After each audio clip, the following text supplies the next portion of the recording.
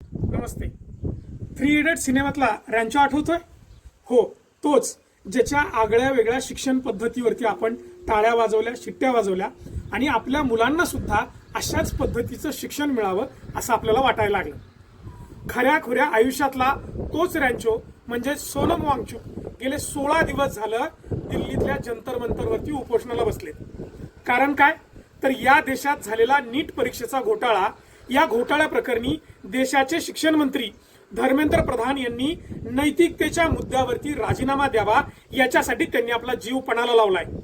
या देशातली शिक्षण पद्धती बदलावी, इथल्या मुलांचं भवितव्य टांगणीला लागलंय, त्यासाठी हा माणूस जीवाच्या आकांतानं लढतोय.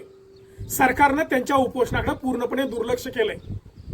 सरकार दुर्लक्ष करणारच हो, त्यांना त्याच्याशी काय देणं घेणं पडलेलं नाही. पण जनतेचं काय? तुम्ही पण शांत आहेत. अहो, तो माणूस लढतोय कशासाठी? तुमच्या मुलाबाळांचं भवितव्य सुरक्षित व्हावं आणि या देशाच्या शिक्षण पद्धतीत आमूलाग्र बदल व्हावा याच्यासाठी हा माणूस जंतर मंतरवरती गेले 16 दिवस झालं उपोषणाला बसलाय. त्याला काय पडलंय हो? तुम्ही जर शांत बसणार असाल तर तुमच्या मुलाबाळांचं आयुष्य हे अंधारात गेल्याशिवाय राहणार नाही, हे मात्र निश्चित आहे.